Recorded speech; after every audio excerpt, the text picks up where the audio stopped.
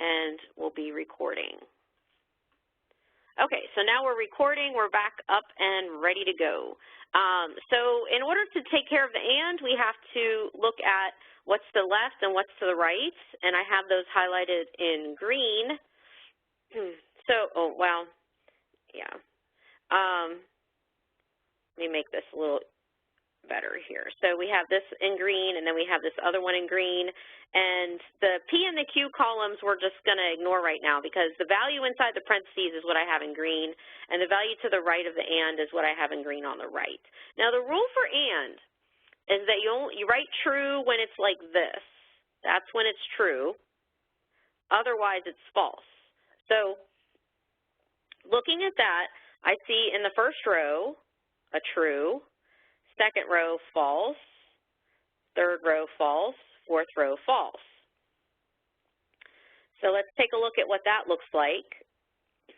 Okay, so in the brackets, the last thing that we've done in the brackets is this column right here, which is the and column. There's only one thing left to do, and that's evaluate the conditional, which is this arrow, that column right there.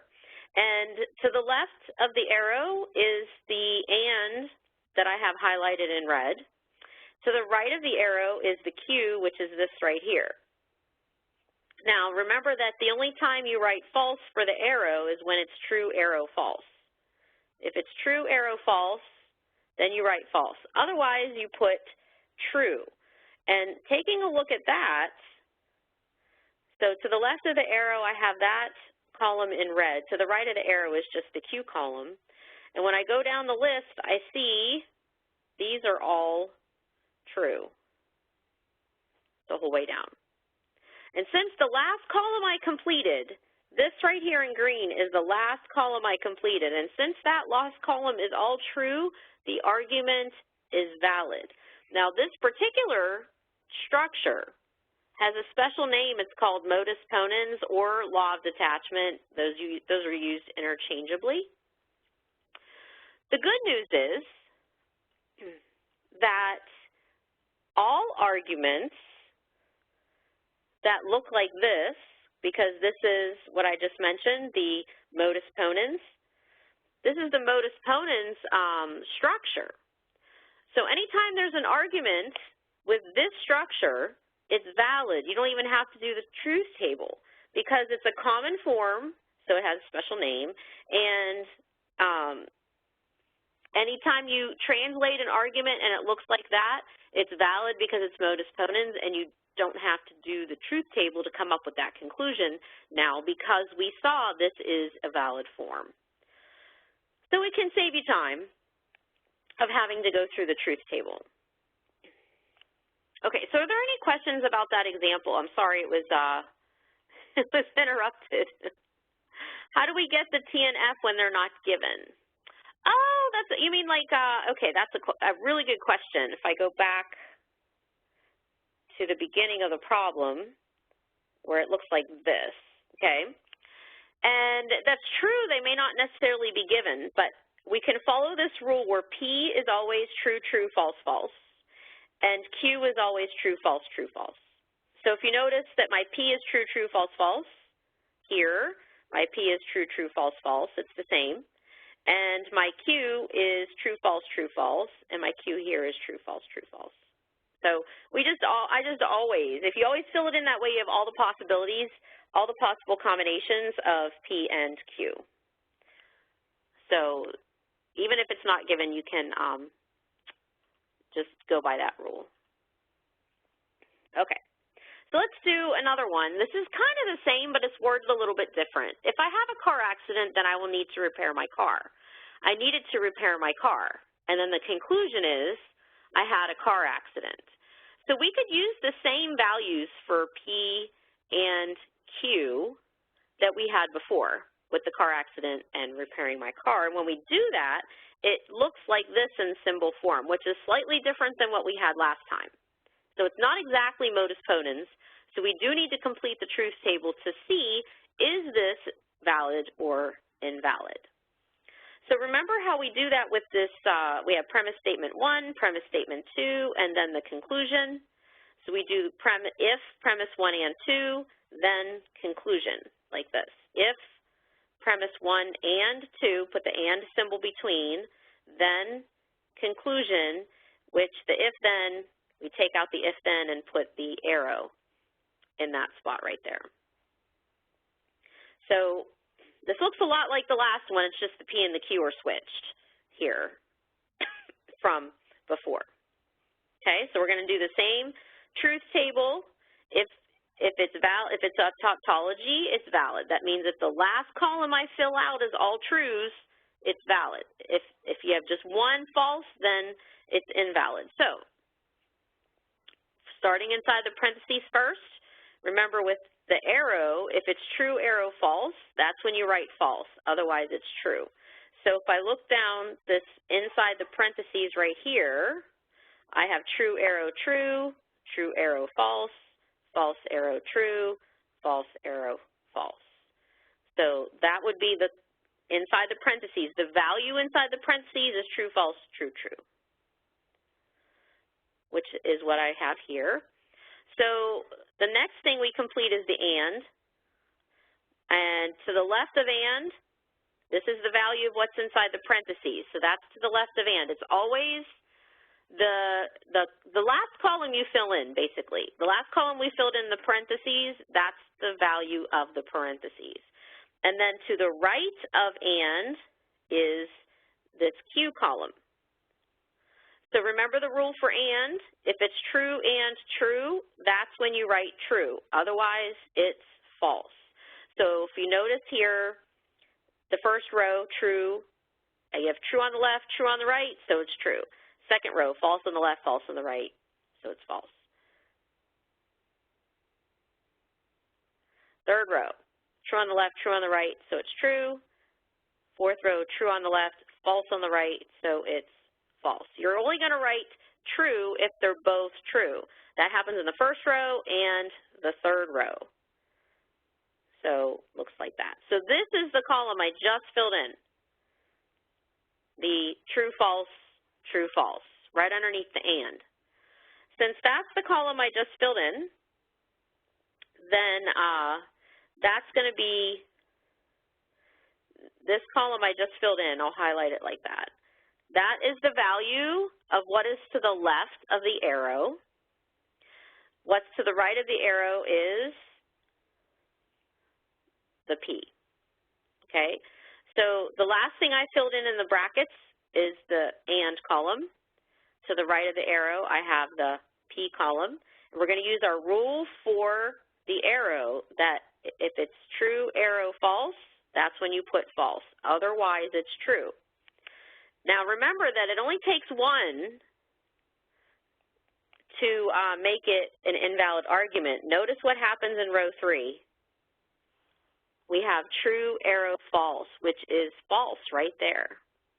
So that is the hole in my argument. That is the flaw.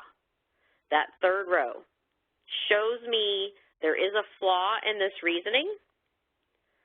The first, second, and fourth rows are true. You see this right here is the last column I filled in. That's the last column I filled in just now. So that is what you look at, the last column you complete.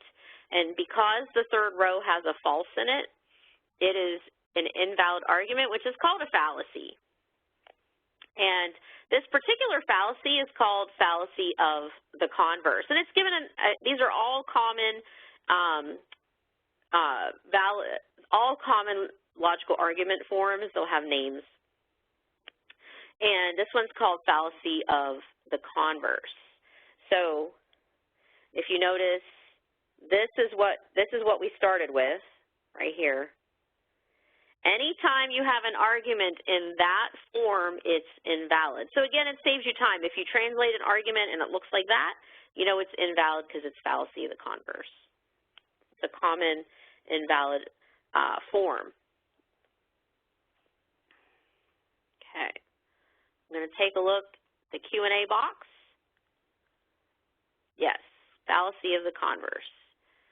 see if there's any other questions. No? Okay.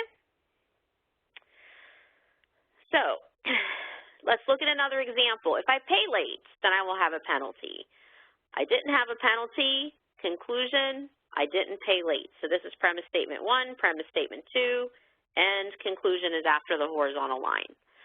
So we'll let P represent I pay late, and Q represents I have a late penalty. And so the argument would look like this. Remember the didn't, it's the not, it's negation. So you have to use the negation symbol in front of the Q and the P. You still have if P then Q, that's the if I pay late then I will have a penalty. And then negation Q, I didn't have a penalty. And then conclusion negation P, I didn't pay late. So this is the argument written in symbols.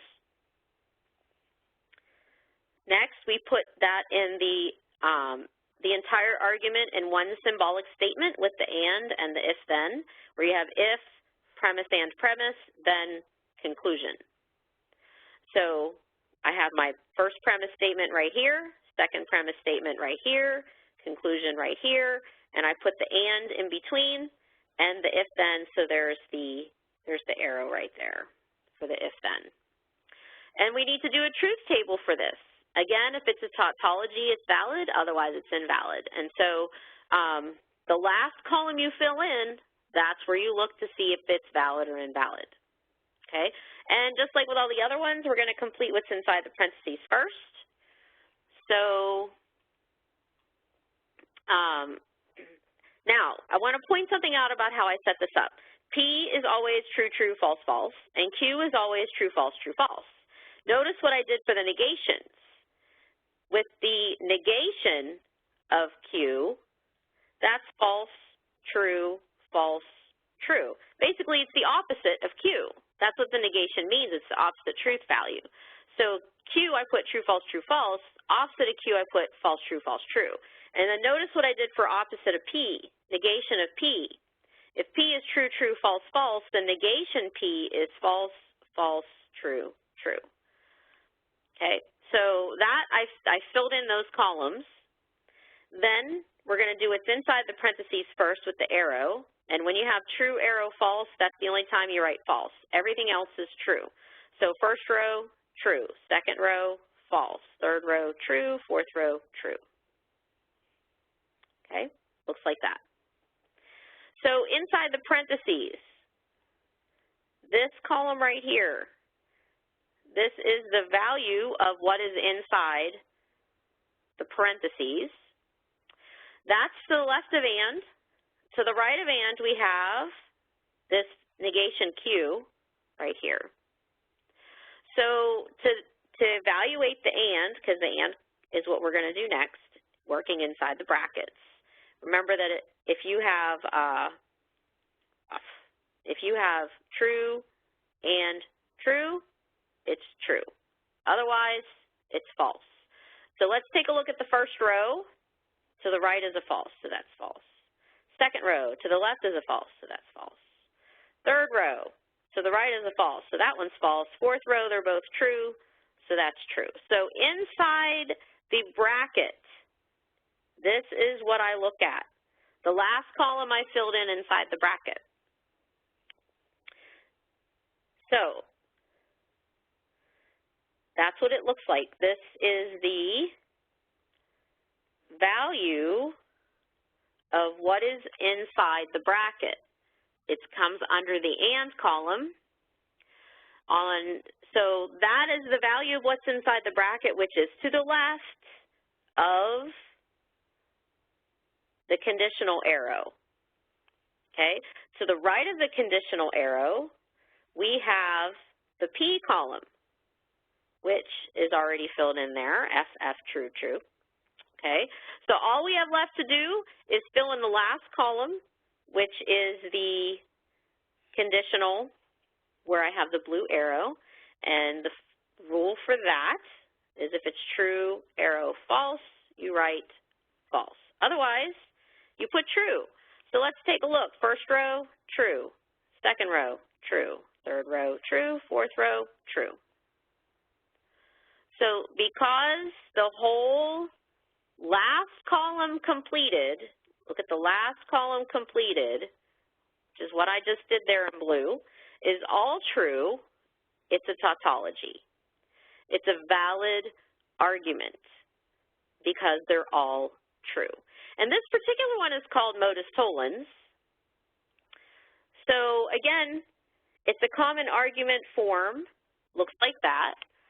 And anytime you see this an argument with this structure, it's valid. So these common structures are given to us as a way to help. It's not meant to make things difficult. It's actually meant to make things easier, so that when we see something with that structure, we don't have to go through the trouble of the truth table. Okay? Now, I know that they're listed in the book like this, but we still need to know how to do the truth table because these are just the ones you see often, but there are other argument forms that are not one of these common ones, and if you're given one of those, you need to know the truth table because there's really no other way to tell if it's valid or invalid. So that's a modus tollens. I'm going to look to see if there's any questions, and I don't see any questions. Okay. Let's take a look at this next one. I will pay on time or I will have a penalty. That's the first premise statement. Second premise statement, I didn't pay on time. Third premise statement, I have a late penalty. Sorry, not third premise statement. Conclusion, I have a late penalty, okay? So we'll let P represent I will pay on time, Q represent I will have a late penalty. So we're going to use this, remember that OR symbol is the V symbol.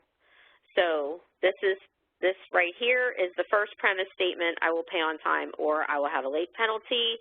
The second premise statement right there, I didn't pay on time. Conclusion, I have a late penalty. Okay, so this is what it looks like with symbols, without the words. Otherwise, like I mentioned before, we're thinking about paying on time, we're thinking about penalties instead of looking at the structure. So we're able to translate from the words to the symbols so that the words don't get in the way, so the content of the argument doesn't get in the way. We can solely analyze the structure of the argument to see if it's valid or invalid. Okay, so doing our usual if, premise and premise, then conclusion looks like this. Here's my premise statement, here's my other premise statement, and conclusion with the and in between the premise statements, the and symbol between the premise statements, the arrow symbol pointing to the conclusion. So we need to do our truth table for this to see if it is valid or invalid. Okay, so I filled out the usual P's and Q's. P is always true, true, false, false. Q is true, false, true, false. Negation of P, that's this symbol, negation of P, meaning the opposite of P. So if P is true, true, false, false, negation of P is false, false, true, true. And then Q is the same in both places, true, false, true, false. Okay, and the first thing we're going to do is the and inside the parentheses, the or inside the parentheses. We're going to look inside the parentheses right here. We have an or. Now the rule for or, we haven't done or yet in this webinar. The rule for or is that if you have false or false, that's when you write false. Everything else is true. The only time it's false is when the left and the right are both false. So this is true, this is true, this is true, third row, false. So what I just filled in there, true, true, true, false, that is the last thing I filled in inside the parentheses, so that is the value of the parentheses. Okay, so that is this right here. It's the value of what's in the parentheses, which is to the left of the and. To the right of the and is this negation of P. right there. That's to the right of the and. So we're going to evaluate the and the rule for and is that you write, if it's true and true, you write true. Otherwise, it's false. So this would be false because there's a false on the right. This is also false because there's a false on the right. This one is true because they're both true, and this one is false because there's a false on the left. So this column right here that I just completed, that is the last thing I filled in inside the parentheses. So that's the brackets. So that's the value of what's in the brackets. Okay. The last thing we have to do with this is evaluate the conditional, which is right here. This is the last column we're going to fill in. To the left of the arrow, the value of what's in the brackets is the very last thing that I did inside the brackets, which is this and right there. To the right of the arrow is Q, right here. And remember that the rule for the arrow, true, arrow, false, that's when you write false. Otherwise, it's true. So for the first row, I have true, second row true, third row true, fourth row true. So what does that tell me about this argument? Is it valid or is it invalid? I see some people typing valid in the little Q&A box. That is correct. All four are true. Every single one of those in that last column I completed is true, so that means it's a valid form. This argument is valid, and it has another, it's a common one. It's called disjunctive syllogism. So it's a valid argument. So anytime you see this type of form, then it is valid because it's a disjunctive syllogism form. Okay, are there any questions? I'll check the Q&A box real quick again, see if there's anything in there. I don't see any questions. Okay. Let's look at another example. If I study, then I will pass. I did not study. Conclusion, I did not pass. So we'll let P be I study and Q be I pass. And then the argument looks like that where it's P, if I study, then I will pass. So if I study, then I will pass is right here. This is the, if I study, then I will pass right here. And then this is I did not study. Conclusion, I did not pass. Let's see if this is a valid argument form or not. So I need to do if, the premise, and then conclusion. So here's my premise statement, my other premise statement with the and in between, and then the arrow pointing to the conclusion. And we're going to complete a truth table again. If it's a tautology, it's valid. Otherwise, it's invalid. And just like before, we're going to do it inside the parentheses first. And we're going to set it up like before, where P is true, true, false, false. Q is true, false, true, false. Negation P is the opposite of P, which is false, false, true, true. And then right here we have negation of Q, which is the opposite of Q, which is then false, true, false, true. So that's how we set it up. Now we're going to do it inside the parentheses, following our rule that this is the only time you put false. Everything else is true. So this would be true, false, true, true. So it's just the second row inside the parentheses that is false. So it looks like that. So the value of what's inside the parentheses looks like this. The value of what's inside the parentheses. Now, we need to fill in the and column. So the value of what's in the parentheses that I've highlighted to the left of the and, this to the right of the and is negation of P. So There it is right there. So what we're going to do then is look to the left and the right. And remember, for and is when it's true, and true is when it's true. Otherwise, everything is false. So first row, false. Second row, false. Third row, true. Fourth row, true. Like that. So I'm looking at, the only time I write true is when there's true on the left and the right. So this is the value of what's inside the brackets. That's to the left of the arrow. So now all we have left to do is the conditional. So what I just completed was this column right here that was false, false, true, true. To the right of the arrow, we have the false, true, which is negation of Q. That's to the right. This is to the left. So we're going to use, just looking at those two columns, we are going to evaluate the conditional. This is the only time you write false, is if it's true, arrow, false. Now, if we take a look at this column, notice where I have a true, arrow, false in that third row. The rest are true, but that third row, where I put that false, that is the hole in the argument. That is where the flaw is in the logical reasoning. And the only way it's valid is if it's valid every single time. And if you notice, there is a case where this is false, so it is an invalid argument.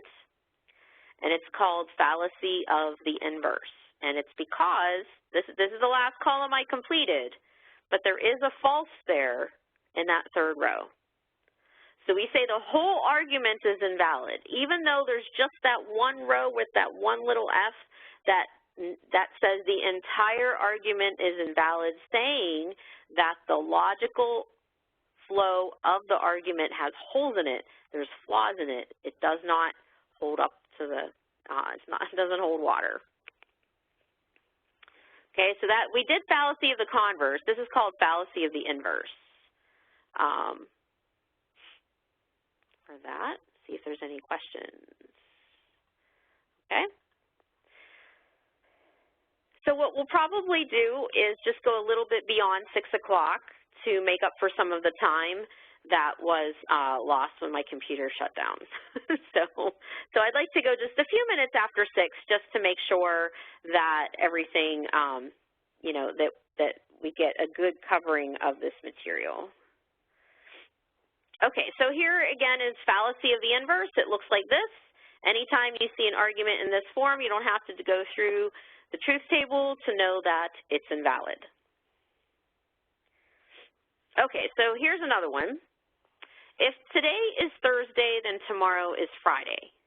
If tomorrow is Friday, then 2 days from today is Saturday.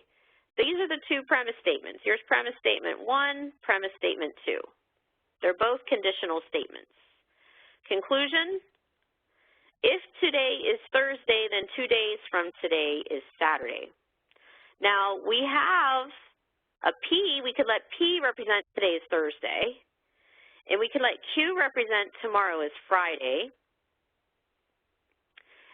We need another letter, though, because we also have 2 days from today is Saturday. So we'll let R represent 2 days from today is Saturday. Now, when you have 3 letters in a truth table, you need 8 rows instead of 4 rows, just as a warning. That's where we're headed, okay? But as when we translate everything to the P, Q, and R, it looks like that. If P, then Q. If Q, then R. Conclusion, if P, then R. Okay, so we have to form our symbolic statements where we have premise 1 and premise 2, and then the arrow pointing to the conclusion. This was premise 1, premise 2, conclusion, with the and in between the premise statements and the arrow pointing to the conclusion. Okay? And so we need to complete the truth table. And just like before, we have to do what's inside the parentheses first. Now, I see 3 sets of parentheses. So we're just going to do one at a time. And we need 8 rows. So let's talk about how I had this set up, first of all. With 4 rows, P is true, true, false, false. With 8 rows, P is 4 trues, 4 false. So for all the P columns, I did 4 trues and 4 false. For the Q, it's 2 at a time. True, true, false, false, true, true, false, false, like that. For the R, you do every other one. True, false, true, false, true, false, true, false, and so on. And that way you make sure that all of the possible combinations are included in the table. You have not missed anything. So for all the P columns, I have 4 true, 4 false. For all the Q columns, 2 true, 2 false, and so on. For all the R columns, they all look the same, true, false, true, false, true, false, all the way down. Now I've highlighted where we're going to start. We're going to work inside the parentheses first. So we're going to follow our rule that this is the only time you write false. So going down, this would be true, true, false, false, and then these are all true by the first set of parentheses. Then we'll do the next set. This is true, false, true, true, true, false, true, true. And we have one more set of parentheses we need to do. This is true, false, true, false, true, true, true, true. Okay, so we have our first premise statement right here. We have the and. We have the second premise statement right here, and then we have the arrow pointing to the conclusion, like that. And we filled in what's inside the parentheses first. Okay. Now, when we take a look at what to do next, see there's brackets here. We need to take care of what's inside the brackets. So what we have left is this to fill in inside the brackets. Okay. So that's what we're going to do next, work inside the brackets. Now, what do I look at for figuring out what goes in that yellow column? Well, to the left of the and this is the value of what's inside those parentheses. To the right of the and, this is the value of what's inside those parentheses. And then we're going to do the and rule, which for and, this is the only time you write true, otherwise it's false. So this would be true, false, false, false, true, false, true, and true. So what that yellow column is now, that is the last column that we did to the left of the arrow. So this is what we are going to look at as the value to the left of the arrow, and that's on my next screen. I'm going to check to see if there are any questions. I don't see anything. Okay. So here, this is the last column we filled in, the and column. That's to the left of the arrow. To the right of the arrow, the value of the parentheses is right underneath the arrow column. So see how it helps to highlight. When you have all these tables and columns, it helps to highlight so you can bring out what are the columns you're looking at. To the left of the yellow column, we're looking at what I have highlighted. To the right, we're looking at the column I have highlighted, and we're going to follow our rule for true, arrow, false. That's the only time you write false. Otherwise, it's true. So this would be true, true, true, true, true, true, true, and true. So if you take a look at that, they are all true. In that the very last column I filled in is the one highlighted in yellow. That's the one that determines whether the entire argument is valid or invalid. It comes down to the last column, which is always going to be this arrow right here pointing to the conclusion. That's always going to be the last column that you fill in. So this one is called, it has a special name as well, okay? They're all true, so it's a tautology, which means it's valid. This is called reasoning by transitivity. So it is a valid argument form. If P, then Q. If Q, then R. Conclusion, if P, then R. So that's called reasoning by transitivity. It's a valid argument form. Okay? So we've looked at two invalid ones. Fallacy of the converse, fallacy of the inverse. Those are the two invalid ones that are common that we looked at. And then there are four of the valid ones that we looked at, the modus ponens, modus tollens, disjunctive syllogism, and reasoning by transitivity. Those are the ones that we did today. Now, in your book, this is listed as a table in your book, okay?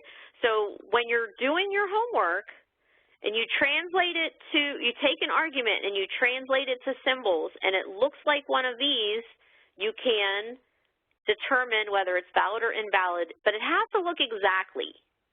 It can't vary by just a little bit. It has to look exactly, because if you notice, these two look a lot alike, but this has the conclusion of Q with a premise statement P.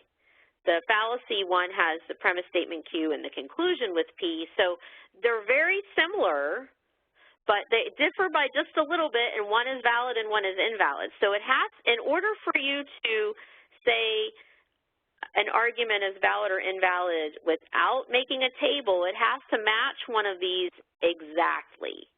If it doesn't, then you have to do the table. There's no way around that. You're going to have to do a truth table to determine if it's valid or invalid. Okay, so I'm going to check, see if there's any questions. Do I know what page the chart is on? I know it's in the last section of Chapter 3. Chapter 3 is the chapter about logic, and it's in the last, I believe it's either 3.5 or 3.6, but it's the last section of Chapter 3, and it's toward the end of that section because they do some examples, and then toward the end there's a little summary where it has this table. So I don't know the page off the top of my head, but it's in the last section of Chapter 3 toward the end of that section. Okay, are there any other questions? All right, so I apologize again for the technical difficulties.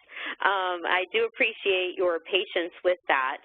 In this webinar, we pretty much, we looked at the validity of arguments, but also looked at common argument forms so that if there's something that looks like one of these, then you don't have to go through the table to determine valid or invalid. It is a time saver because I know you have time limits on quizzes and tests, so it's something really good to have handy. Okay, and I just wanted to mention that this is not meant to cover the entire section on logical arguments. It's just meant to, supplement the readings and the videos that are already provided in the MyMathLab. And there's my email address. I am going to, if you're one of my students, I'm going to post this file in Blackboard. I'm also going to email it to other instructors, but if your instructor doesn't get that to you, you can always email me and I will reply with the file that I used today. So, well, thank you very much for coming. Oh, someone said they found it. It's on page 136 and 137 in the book. Thank you for sharing that information. So that table, this table right here, page 136 and 137 in the book. Thank you very much for sharing that information. Are there any questions? I don't see any other questions. Okay, well, I'm going to go ahead and stop the recording, and I want, again, appreciate your patience, and good evening and God bless.